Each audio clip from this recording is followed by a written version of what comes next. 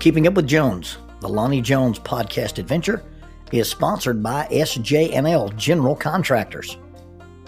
They are licensed in both Alabama and Tennessee, and they provide services such as mass grading, storm drainage, sewer and concrete improvement, asphalt paving, erosion control, demolition, and heavy hauling.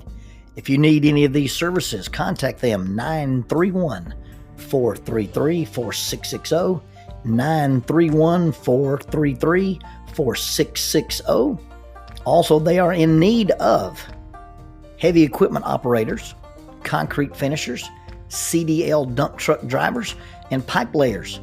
If you're interested in employment with this family-owned business, you can go to the website www.sjnl.com. That's www.sjnl.com.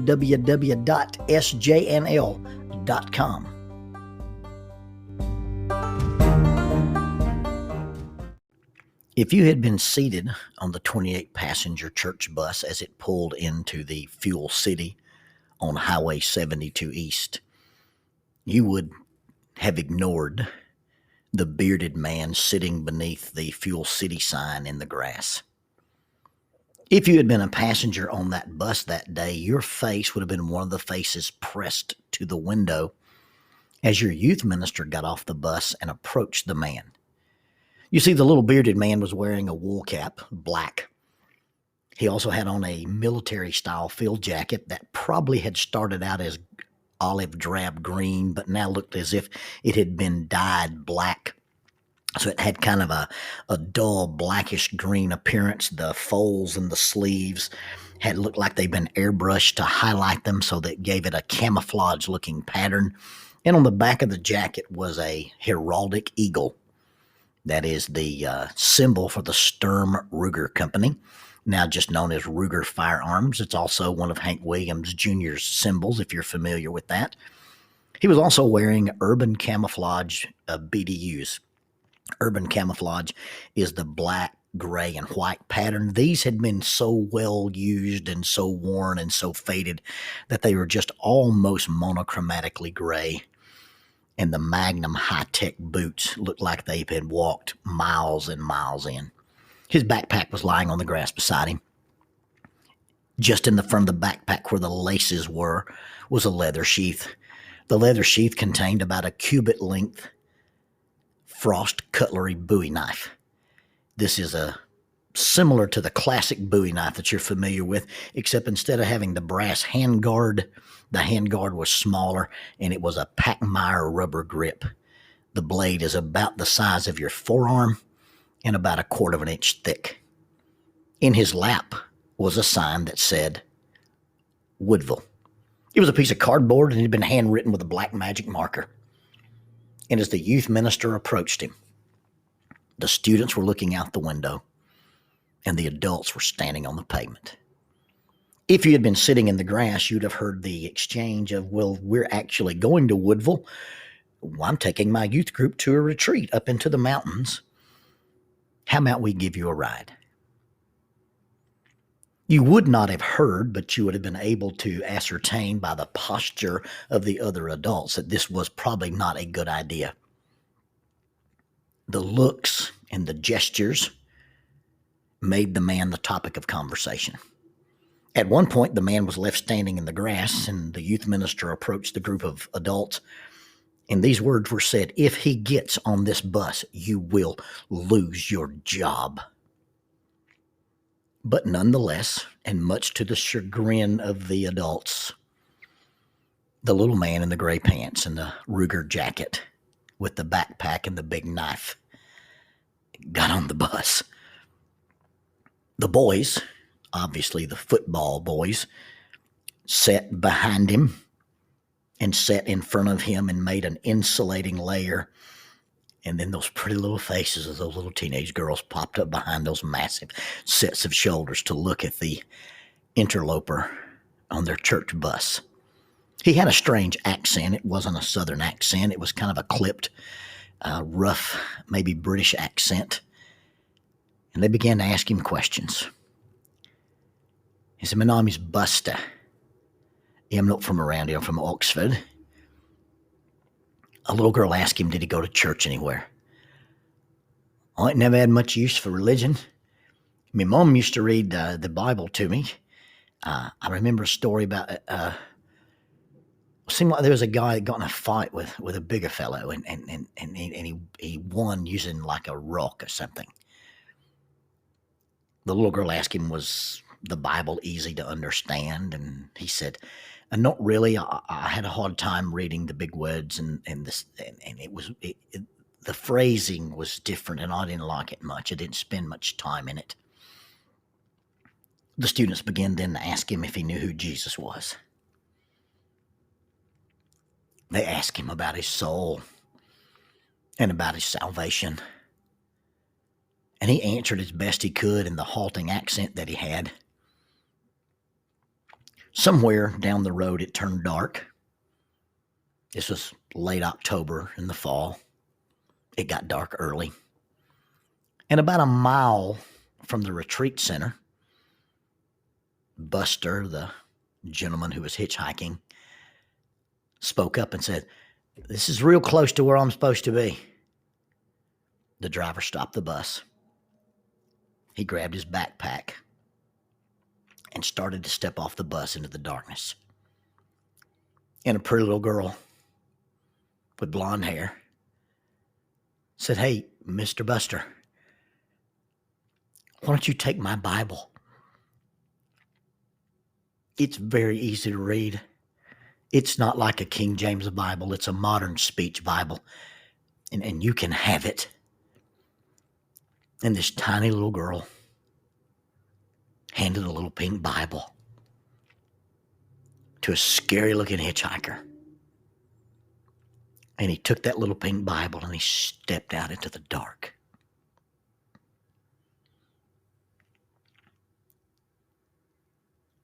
I don't know if you've ever stood beside a bus and had somebody have a conversation about you and your appearance and what you look like, and their faces look angry and their fingers point.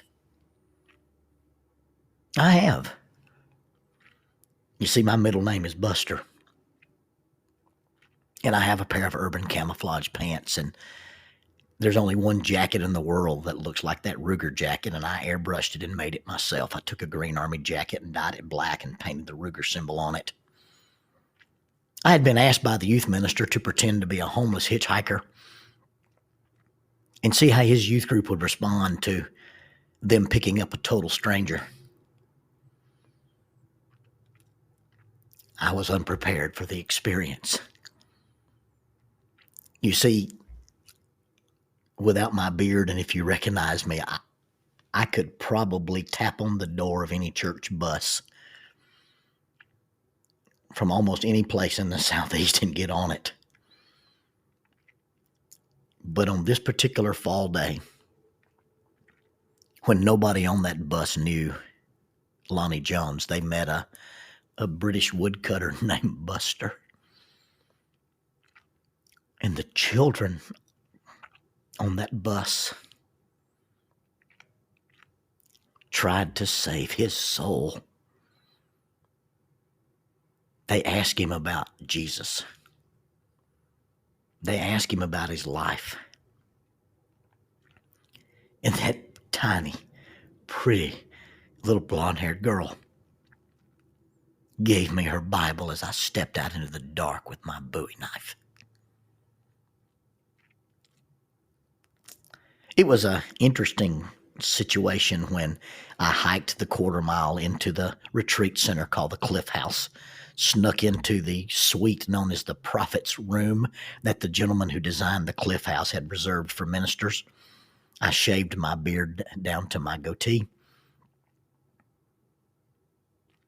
cleaned up, put on a nice pair of blue jeans, and walked out into this retreat center to preach my first lesson for the weekend, and in my hand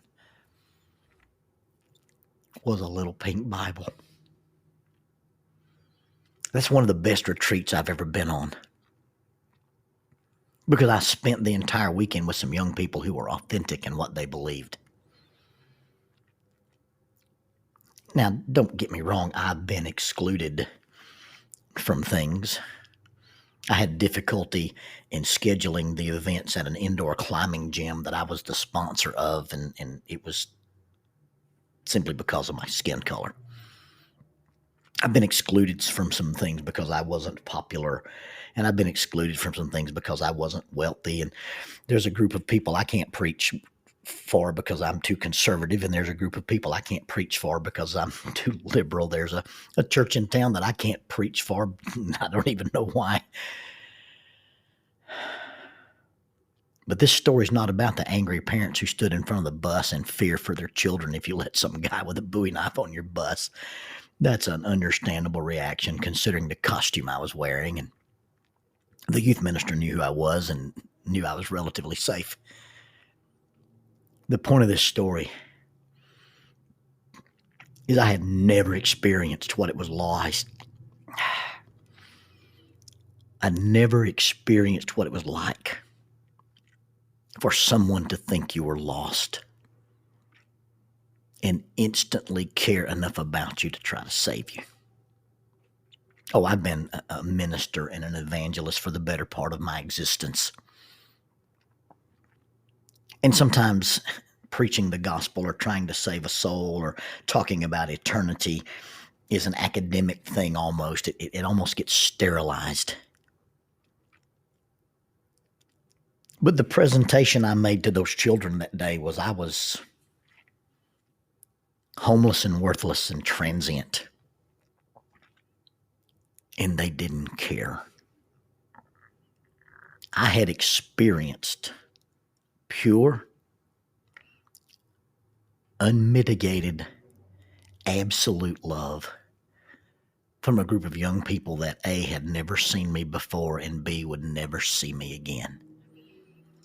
And in the 37 minutes it takes to drive from Fuel City on Highway 72 to the retreat center in Woodville, Alabama, they did their best to show me not that they loved me, but that God loved me.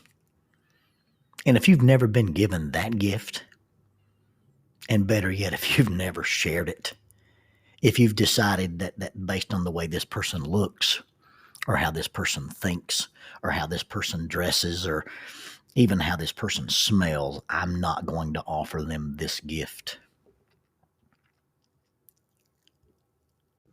It's a very difficult thing to make me speechless. But I cannot adequately describe to you what it was like to be standing on that bus, about to step out into the utter darkness by myself. You had that precious little girl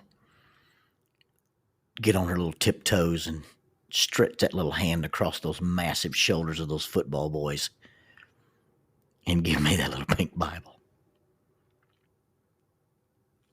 If you ever experience that kind of love, if for one brief moment you can see the love of God through the love of a child, it will fundamentally alter your being and how you respond to other people. And by the way, the worst thing that can happen to you is not to have somebody stand at the front of a bus and argue the worth of your existence or the acceptability of your entrance onto their vehicle. The worst thing you can do to somebody is not to hate them. The worst thing you can do to somebody is not to ignore them. The worst thing you can do to somebody is not to look at them and judge their color or their experience or their life experience and say, hey, this person's not worthy. That's not the worst thing you can do to somebody.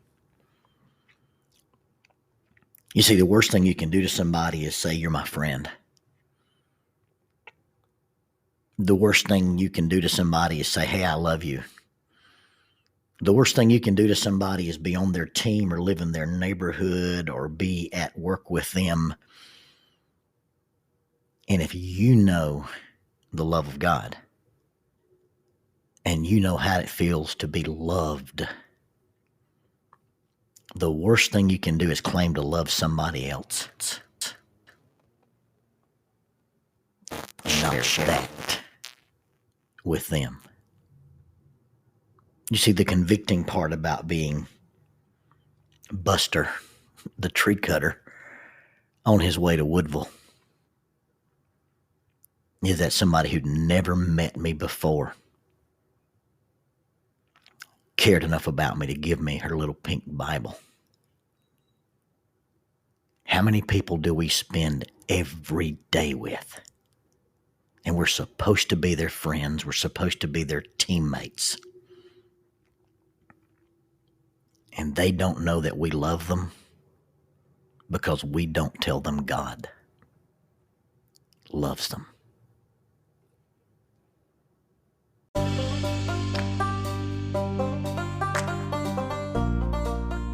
There are 32 miles of cave passages in Cumberland Cavern.